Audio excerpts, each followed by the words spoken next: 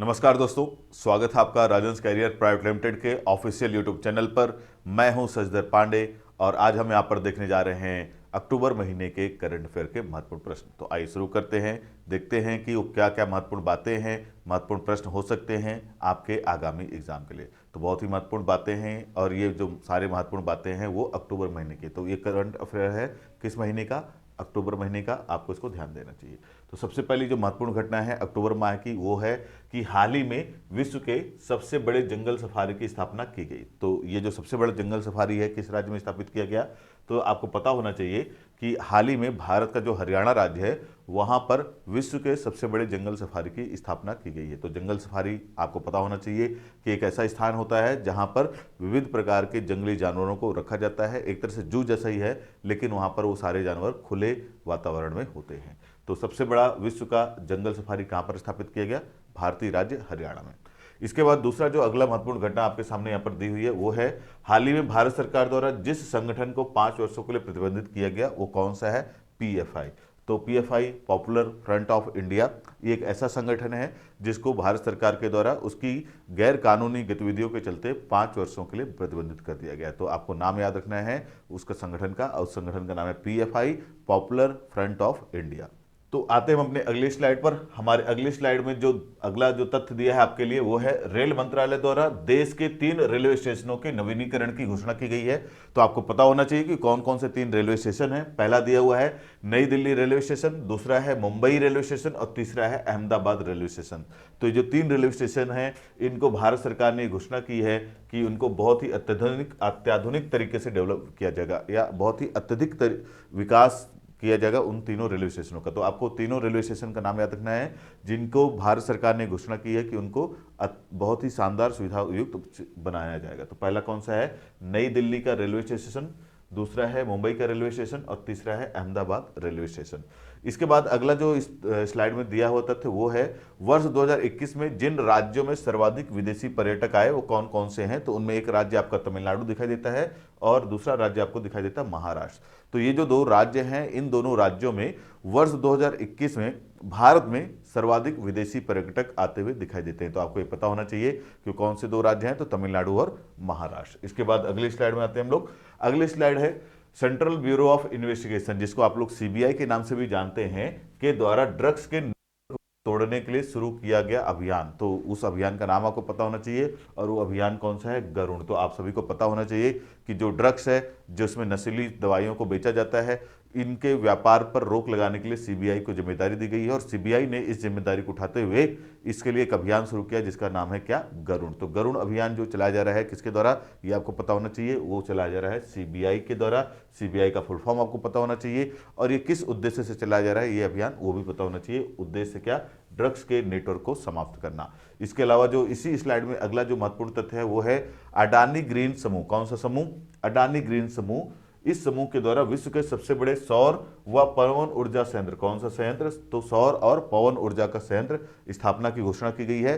कहां पर यह सौर और पवन ऊर्जा संयंत्र स्थापित होने वाला है ये आपको पता होना चाहिए। तो ये कहां स्थापित होने वाला है?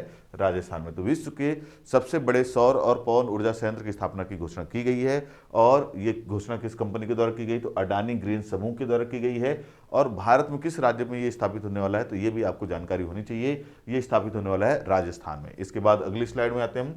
अगली स्लाइड में दिया हुआ है कि भारत सरकार द्वारा किस यूरोपीय देश को हथियार निर्यात करने की संधि की गई। तो ये भी महत्वपूर्ण है, अक्टूबर महीने में ही ये संधि संपन्न हुई है। तो भारत सरकार ने यूरोपीय देश आर्मेनिया, क्या नाम है उसका? आर्मेनिया के साथ ये संधि की है कि उसको भारत की तरफ से कुछ जो हथियार होंगे उनका निर्यात किया जाएगा। तो ये आपको याद रखना चाहिए। इसके अलावा, और ये इसलिए ध्यान में रखना चाहिए आपको क्योंकि आर्मेनिया जो है उसका अजरबैजान के साथ युद्ध चल रहा है। तो आर्मेनिया और अजरबैजान ये दोनों दो देश हैं। कौन कौन से? आर्मेनिया और अजरबैजान, ये पड़ोसी देश हैं और इन दोनों के बीच जो सीमा रेखा है, सीमा रेखा को लेकर के मतभेद चल रहा है, लड़ाई चल रही है। इसके चलते भारत सरकार ने आर्मेनिया का पक्ष लेते हुए कहीं ना कहीं उसको हथियार सप्लाई करने का एक क्या किया हुआ है? संधि किया हुआ है। इसके बाद हम देखते हैं अपने अगले तथ्य को। अगला तथ्य है छत्तीसगढ़ सरकार द्वारा ग्रामीण क्षेत्रों में उद्योगों की स्थापना के लिए शुरू की गई योजना। तो उस योजना का नाम है महात्मा गांधी यानी कि ग्रामीण इंडस्ट्रियल पार्क। तो Mahatma Gandhi rural industrial park MGRIP तो ये जो है एक योजना शुरू की गई है छत्तीसगढ़ सरकार के द्वारा, जिसका उद्देश्य क्या है? इसका उद्देश्य बहुत महत्वपूर्ण है, ग्रामीण क्षेत्रों में उद्योगों की स्थापना करना। तो ग्रामीण क्षेत्रों में औद्योगिकीकरण को बढ़ावा देने के लिए छत्तीसगढ़ की सरकार के द्वारा एक नई योजना शुरू की गई है, जिसका नाम है MGRIP। ये आपको याद रखना है और इसका फुल फॉर्म भी याद रखेंगे, महात्मा गांधी रूरल इंडस्ट्रियल पार्क योजना। तो बहुत ही महत्वपूर्ण हो सकता है आपके लिए। इसके बाद हम आते हैं अपने अगली स्लाइड पर। अगली स्लाइड में दिया हुआ है राष्ट्रपति श्रीमती द्रौपदी मुर्मू द्वारा महिला उद्यमियों के लिए शुरू किया गया स्टार्टअप प्लेटफॉर्म, और उस स्टार्टअप प्लेटफॉर्म का नाम है क्या? हर स्टार्ट। तो ये इंपॉर्टेंट हो सकता है आपके लिए कि हर स्टार्ट क्या है। तो हर स्टार्ट एक स्टार्टअप प्लेटफॉर्म है, किन के लिए? तो उन महिला उद्यमियों के लिए जो नया स्टार्टअप शुरू कर रही है। नया स्टार्टअप मतलब नए उद्योग स्थापित कर रही हैं, ऐसी महिलाएं जो स्वयं अपने दम पर, अपनी क्षमता पर नए उद्योग स्थापित करना चाह रही हैं, उनके लिए एक प्लेटफॉर्म उपलब्ध कराया गया है हर स्टार्टअप के नाम से। और इस प्लेटफॉर्म को, इस सुविधा को का उद्घाटन करने वाले जो हैं वो हैं कौन? भारत की वर्तमान राष्ट्रपति श्रीमती द्रौपदी मुर्मू। तो आपके लिए इंपॉर्टेंट क्या हो सकता है? इंपॉर्टेंट ये हो सकता है कि हर स्टार्ट क्या है? तो एक तरह का स्टार्टअप प्लेटफॉर्म है। किसके लिए है? तो महिला उद्यमियों के लिए है। और इस प्लेटफॉर्म का उद्घाटन किसने किया? तो श्रीमती द्रौपदी मुर्मू, जो कि हमारी क्या है? वर्तमान राष्ट्रपति।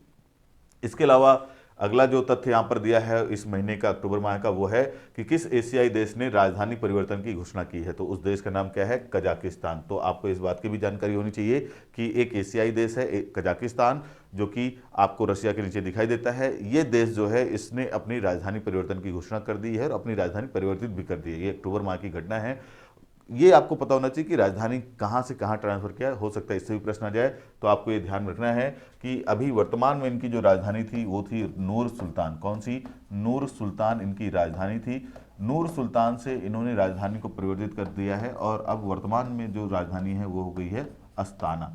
तो ये आपको याद रखना होगा कि नूर सुल्तान से राजधानी कहाँ ले गए? अस्ताना। आपको ये भी ध्यान रखना चाहिए कि पहले भी इनकी राजधानी अस्ताना ही थी, लेकिन बाद में उन्होंने नूर सुल्तान को राजधानी विकसित किया और फिर से दोबारा ही उन्होंने अस्ताना को अपनी राजधानी के रूप में विकसित कर लिया है। तो देश कौन सा है? कजाकिस्तान। इसके बाद आते हैं हम अपनी अगली स्लाइड पर। अगली स्लाइड में दिया हुआ है 68वें राष्ट्रीय फिल्म पुरस्कार 2022 के बारे में। इसकी भी घोषणा अक्टूबर माह में की गई है, तो आपको इनके बारे में भी जानकारी होनी चाहिए, 68वें राष्ट्रीय फिल्म पुरस्कार 2022 के बारे में। तो और ये जो 2022 में दिया गया है ये 2021 में प्रदर्शित हुई फिल्मों के लिए है, तो ये भी आपको जानकारी होनी चाहिए। तो सर्वोत्तम फिल्म कौन सी है? बेस्ट फिल्म किसको दिया गया है? बेस्ट फिल्म का पुरस्कार जो दिया गया है वो एक तमिल फिल्म सूराराई पोट्रू को दिया गया। तो फिल्म किस क्षेत्र की है? ये किस भाषा की है? तो तमिल भाषा की फिल्म है जिसका नाम है सूराराई पोट्रू, जिसको 2022 का नेशनल फिल्म पुरस्कार मिला है बेस्ट फिल्म का। वहीं अगर हम बात करें कि 2022 के इन पुरस्कारों में बेस्ट मनोरंजक फिल्म, एंटरटेनमेंट फिल्म का पुरस्कार किसको मिला है? तो वो मिला है तान्हा जी को। तो ये आपको याद रखना होगा और ये हिंदी फिल्म है। तो तान्हा जी जो कि हिंदी फिल्म है उसको बेस्ट मनोरंजक फिल्म का अवार्ड मिला है। वहीं अगर बात करें बेस्ट एक्टर या अभिनेता का पुरस्कार किसको मिला है, तो उसमें एक पहले कलाकार नाम दिखाई देते हैं सूर्या, जो कि तमिल कलाकार हैं, और उनको जो पुरस्कार मिला है वो जो पिक्चर है, फिल्म है, वो सूराराई पोट्रू। तो जो फिल्म बेस्ट फिल्म का पुरस्कार जीती हुई है उसी फिल्म के जो अभिनेता हैं सूर्या, उनको ही इसके बेस्ट एक्टर मिला है। साथ ही साथ इनके साथ अजय देवगन को भी उनकी फिल्म तानाजी के लिए बेस्ट एक्टर का अवार्ड मिला है। तो दोनों नाम आपको याद रखना होगा। वहीं अगर हम बात करें बेस्ट अभिनेत्री की, तो बेस्ट अभिनेत्री का जो पुरस्कार मिला है वो मिला है अपर्णा बालामुरली को, और फिल्म कौन सी? सूराराई पोट्रू। तो ये दोनों ही नाम एक ही फिल्म से जुड़े हुए हैं। इसके अलावा अगर बात करें बेस्ट हिंदी फिल्म की, तो बेस्ट हिंदी फिल्म का जो पुरस्कार मिला है वो मिला है तुलसीदास जूनियर को। तो ये सभी प्रश्न बहुत महत्वपूर्ण हो सकते हैं, ध्यान में रखेंगे आप। इसके बाद आते हैं अपनी अगली स्लाइड पर। अगली स्लाइड में दिया हुआ है भारतीय वायुसेना द्वारा जो लाइट कॉम्बैट हेलीकॉप्टर अपने बेड़े में शामिल किया गया। तो ये भी अक्टूबर माह की एक महत्वपूर्ण घटना है कि भारतीय सेना द्वारा एक लाइट कॉम्बैट एयरक्राफ्ट अपनी सेना में शामिल किया गया है। तो भारतीय वायुसेना, कौन सी? तो भारतीय वायुसेना द्वारा लाइट कॉम्बैट हेलीकॉप्टर अपनी बेड़े में शामिल किया गया। उसका नाम क्या है? प्रचंड। तो ये महत्वपूर्ण हो सकता है, आपको ध्यान रखना होगा। वहीं अगर बात करें अगले तथ्य पर, तो अगले तथ्य को देखेंगे हम, तो वहां पर दिया हुआ है राष्ट्रीय महिला आयोग की पहली अध्यक्ष जिनका निधन हुआ, तो उनका नाम है जयंती पटनायक। तो महत्वपूर्ण हो सकता है क्योंकि ये जो है राष्ट्रीय महिला आयोग जो है उसकी पहली महिला अध्यक्ष रही। कौन? जयंती पटनायक। तो जयंती पटनायक का नाम आपको याद रखना है। कौन थी ये? तो ये थी राष्ट्रीय महिला आयोग की पहली महिला अध्यक्ष जिनका हाल ही में क्या हुआ है? निधन। वहीं अगर हम बात करें अगले स्लाइड की, अपने अगले तथ्य की, तो अगली स्लाइड में हमको नोबेल पुरस्कारों की घोषणा होती हुई दिखाई देती है। नोबेल पुरस्कारों की घोषणा भी इसी माह हुई, अक्टूबर माह में। तो इसको भी आपको याद रखना है कि अलग अलग क्षेत्रों में नोबेल पुरस्कार दिया जा चुका है। नोबेल पुरस्कार में अगर हम बात करें कि भौतिकी के लिए किन किन लोगों को पुरस्कार मिला है, तो भौतिकी में आपको 3 नाम दिखाई देते हैं। पहला नाम दिखाई देता है एलन एस्पेक्ट, जो कि फ्रांस से संबंधित है। दूसरा नाम दिखाई देता है जॉन एफ क्लॉजर, जो कि यूएसए के नागरिक हैं। एंटन जेलिंगर, जो कि ऑस्ट्रिया के नागरिक हैं। तो इन तीनों को सम्मिलित रूप से क्या दिया गया है, वर्ष 2022 के लिए भौतिकी का नोबेल। वहीं अगर बात करें रसायन या केमिस्ट्री का नोबेल, तो वो मिला है कर्लिन आर बर्टोजी, जो कि यूएसए के नागरिक हैं। मॉर्टिन मेल्डल, जो कि डेनमार्क के नागरिक हैं। और के बेरी शार्पलेस, जो कि यूएसए के नागरिक हैं। तो इन सभी का नाम आपको याद रखना है। तो भौतिक, ये रसायन का नोबेल और ये रहा आपका भौतिकी का नोबेल।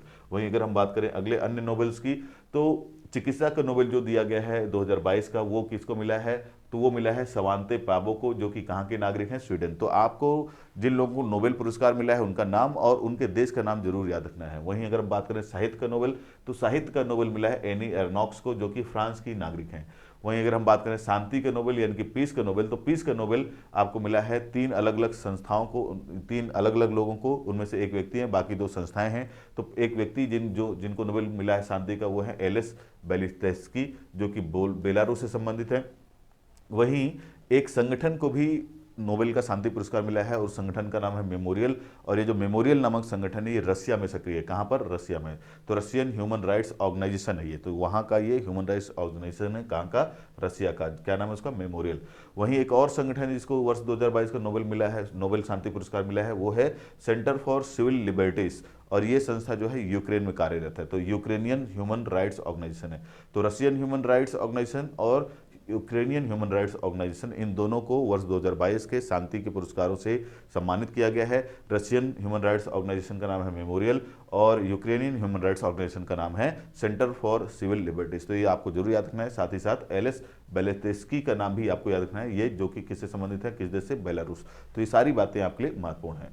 इसके बाद आते हैं अपने अगले स्लाइड पर। अगले स्लाइड में आपको अर्थशास्त्र के नोबेल पुरस्कारों का भी चर्चा होता हुआ दिखाई देता है। तो अर्थशास्त्र का जो नोबेल पुरस्कार है 2022 का, वो भी 3 लोगों को प्रदान किया गया है। कौन कौन से लोग हैं, तो उनमें से एक नाम है आपका बेन एस बर्नेक, सेकंड नाम दिया फिलिप एच देवग्यू, और थर्ड नाम दिया डगलस डब्ल्यू डायमंड। तो इन तीनों को वर्ष 2022 का क्या दिया गया है, अर्थशास्त्र का नोबेल। तो इस बात को भी आपको ध्यान रखना होगा। तो ये जो आज अभी हमने यहाँ पर सारी बातें देखी हैं, ये सब बहुत ही महत्वपूर्ण बातें हैं। कौन से महीने की, तो अक्टूबर महीने की। तो ये जितने भी तथ्य अभी हमने आपके सामने चर्चा किए हैं, ये सारे ही तथ्य वर्ष 2022 के अक्टूबर माह के महत्वपूर्ण प्रश्न साबित हो सकते हैं आपके लिए। तो इन पर ध्यान रखिएगा, इन पर नज़र बनाए रखिएगा। आज के इस वीडियो में केवल इतना ही। मिलते हैं अपने अगले वीडियो में, तब तक के लिए धन्यवाद।